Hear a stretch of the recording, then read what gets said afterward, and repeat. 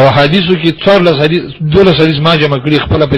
پنځم جل فتاوا کې دلته مرګورو سبي چې رسول الله صلی الله علیه وسلم باندې نه نعمت راغی فتح به وشي ته په سجده پریوات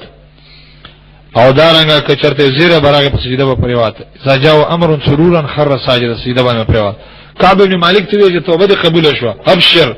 په سجده پریوات یو سجده صرف او دارنګه په مصیبت کې یو سجده شته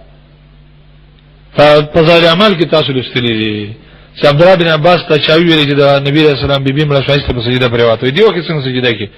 خدای مصیبت دې مصیبت وخت سجده وي لا مذهب خناس نیاز محمد کونړي هغه په امام ابو حنیفه رحمه الله باندې اعتراض کړی دی چې امام اعظم ابو حنیفه رحمه الله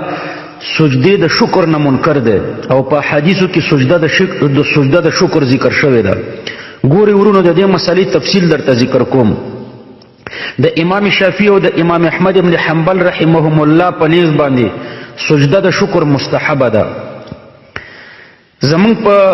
امامانو کې د امام محمد او د امام ابو یوسف رحمهم الله دغه قول ده چې سجده د شکر مستحبه ده د امام مالک رحمه الله نه د سجدې د شکر په باره کې دوه روایت دي یو روایت د کراهت او دویم روایت د جواز اعلاء السنن جلد و صفحه 211 امام ابو حنیفه رحمه الله د سجدې د شکر په باره کې څه فرمایلی دي نو امام محمد رحمه الله د امام سے په باره کې فرمایي انه کان لا یراها شیئا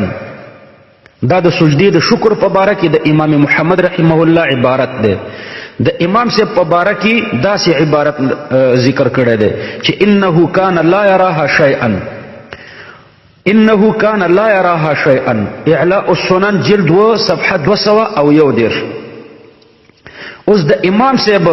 د دې عبارت معنا څه ده نو پدې کې د مشایخو رائے مختلف دي بعض علما فرمایي چې انه کان لا یراها شیئا پدې کې د امام صاحب مطلب نفي د سنتیت ده یعنی مطلب دا دی چې سجده د شکر سنت نه ده بعض علماء د دې معنا داسې کړې ده چې د امام صاحب د دې عبارت معنا دا ده چې یوازې سجده دا شکر تام نه ده شکر تام دا ده پوره شکر چې 2 رکعاته ورسره یو ځای کې 2 رکعاته وکړي او پاغي داغي په ضمن کې سجده د شکر وکړي او بعض مشایخ د احناف فرمایي چې د امام صاحب مطلب نفي د وجوب ده او بعضو ویلی دي چې د امام صاحب مطلب نفي د مشروعیت ده لیکن د احناف په نسبت باندې فتوا په استحباب باندې ده ځکه چې سجده د شکر د ډیرو احادیثو نه ثابته ده نو صاحبین ورته مستحب وي او د امام صاحب پکې دغه عبارت شو چې لا یراها شیئا د دې ښه معنا ده چې د امام صاحب مقصد دا دی چې دا سنت نه ده او یا د امام صاحب مقصد دا دی چې دا واجب نه ده یا د امام صاحب مقصد دا دی چې دا شکر تام نه ده پوره شکر دا دی چې 2 رکعات هم ورسره یو ځای کې د پوره تفصیل لپاره اعلاء السنن جلد و صفحه 211 مطالعه کوي نو دا د مذهب خناس افترا ده چې امام اعظم ابو حنیفه رحمه الله سجده د شکر نه مني